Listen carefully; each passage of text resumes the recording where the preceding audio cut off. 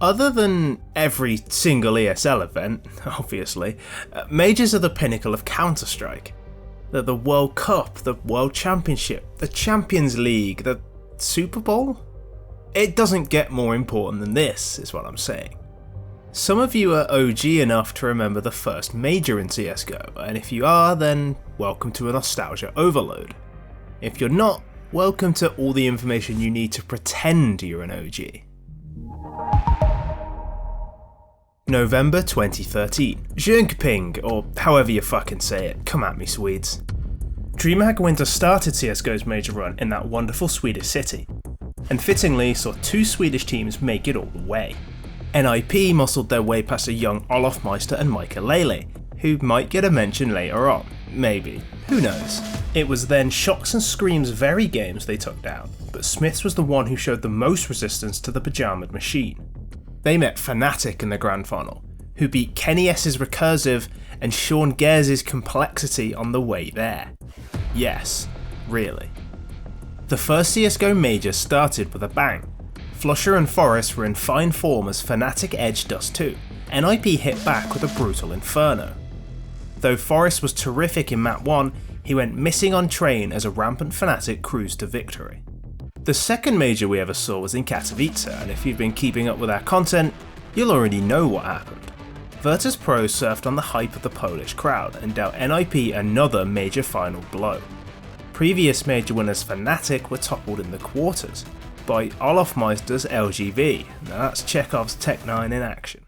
Third time's the charm, the ninjas carried a rabbit's foot in those pyjamas in Cologne. That's not to say they were lucky, but they were not allowing the curse to overcome them once more. They beat Cloud9 and LDLC, including Kukuli, on the way to a grudge match. Fnatic, this time with Olof Meister, stood between them and glory. Get Right would not be denied. 60 kills on the two maps NIP won. Get Right wrote his name into history before, but this put an underline under his name. NIP had overcome the major final curse and headed to Sweden for DreamHack Winter again. In front of the home crowd, they dicked Hellraisers, clapped VP, and lost another grand final. Fuck's sake, lads. In the other corner stood LDLC, a legendary team with Shocks, Kiyashima, MBK and Smiths. And then in the other corner was Happy, baiting his team. Despite Michael best efforts, there he is, and a sensational Inferno performance, NIP just couldn't get past Happy. It's fine, they couldn't lose another grand final. In Katowice they took swift revenge as they decapitated Envy, who had signed the LDLC roster, and Fnatic on the other side pushed past Virtus.pro. Fnatic and NIP split Dust 2 and Cash, leaving Inferno as a decider, which NIP have been really consistent at winning. And yeah, he's got the kid, he's holding it down, I'm not sure there's enough time. Fnatic, they do it! That's now a 1-4 record for NIP in major finals. That's like Jurgen Klopp level. That should get some comments. Enough about NIP, let's talk about Fnatic. Fnatic have been dropping NIP in these finals and took to Cologne as massive favourites. Luminosity and VP knelt to Fnatic on their way to the final. Meeting them was Envy, but they were but cannon fodder. The Cologne final was Fnatic versus someone. The only team who could stop Fnatic was Fnatic. Flusher and Olof Meister were infallible. But in Cluj-Napoca, Envy flipped the script. They cut down Fnatic early in the quarterfinals and then G2 in the semis. Not even NIP could make the final, making this the first major final without a Swedish team in it. Na'Vi took down NIP thanks to a swashbuckling performance from Guardian, but not even he could out-org Kenny S. Kenny S was the key ingredient. His addition changed the face of French CS and the game forever. Though Guardian carried Na'Vi to the final in Cluj-Napoca, he was unable to carry Na'Vi in Columbus, because his wrist was just fucked. But that didn't matter. Edward and Flamey picked up the slack in the semi-final as Na'Vi pushed past Astralis.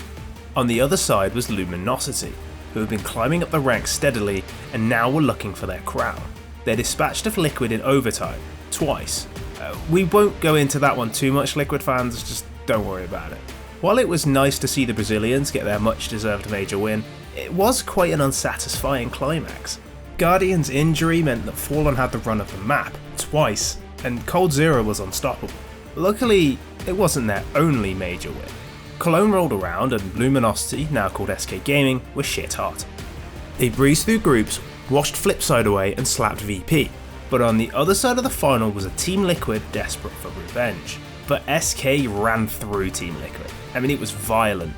We can barely show any clips from it without YouTube taking this video down. SK were clearly the best team in the world and had coasted to 2 major wins. But 2017 was a new year.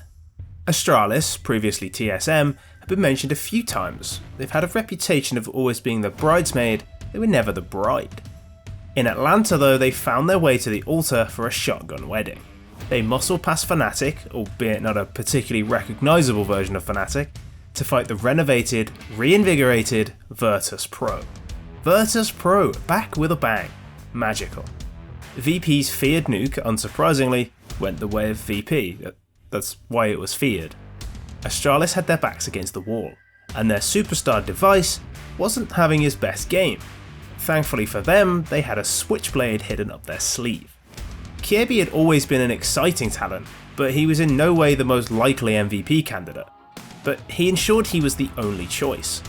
Astralis ground out Overpass, but with the game in the balance on Train, Glaive called back-to-back A rushes and Astralis cracked them open. Astralis had won their first major. Time to repeat that in Krakow. Gambit, a team who were famously falling apart at the seams and split up not long after, somehow entered the flow state. Mo turned into Prime Kenny S on Overpass, and Gambit had done it. Their opponents? Immortals.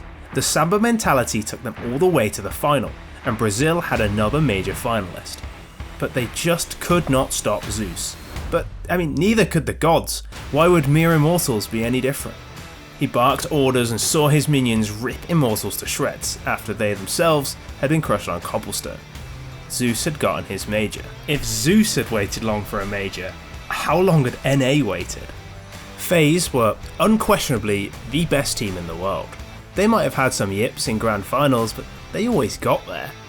And then when they sauntered into the final at Boston, there was no way they were ever going to lose. Whatever Skadoodle had for breakfast in Boston, I want some. Whatever mystical realm Tarek was calling from, I want to be there. Cloud9 out-4, out-grinded and out-foxed FaZe Clan. They had 4 match points, but not only that, they were by far the best team in the world. It should never really have even gotten that far. Time gets to us all, but it got to FaZe Clan first. The FACEIT Major of 2018 was simultaneously one of the least revered majors and the best thing England's ever done in CSGO.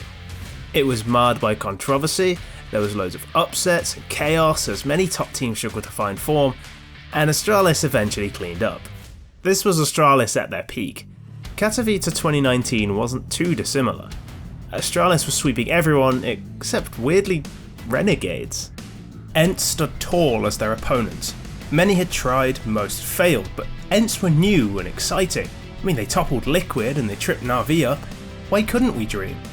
Because Astralis are inevitable. Another major, another new challenger. Vanguard fought their way into the grand final, which at the time was a massive upset.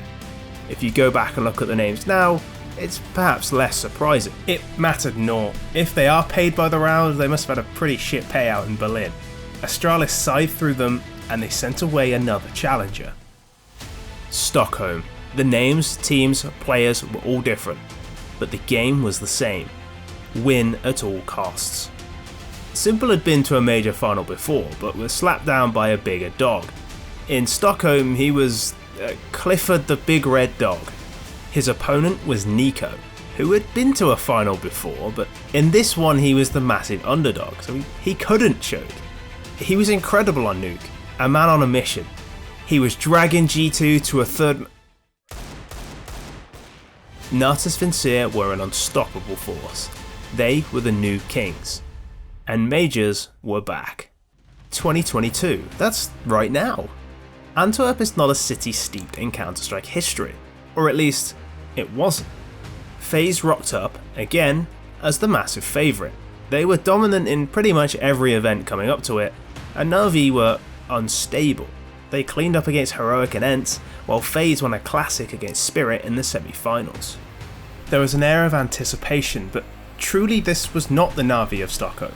FaZe were the better team, and they finally got the major in a fashion they perhaps should have 4 years before. That Karrigan crushed Na'Vi so much more easily than he did Cloud9 a few years ago is frankly baffling. Rain poured down on Na'Vi and FaZe were crowned as the best in the world. That is 10 years of Counter-Strike majors, some of the best games of all time, the best stories, the finest teams, and yet somehow the best is still yet to come. Brazilian fans, the best teams in the world, and a title that as it stands is up for grabs. Counter-Strike is fucking great. What's your favourite major memory? Who's gonna win in Rio? What should Karrigan have called at 15-14 on Inferno in Boston? All those questions and more we're sure will just be answered in the comments below.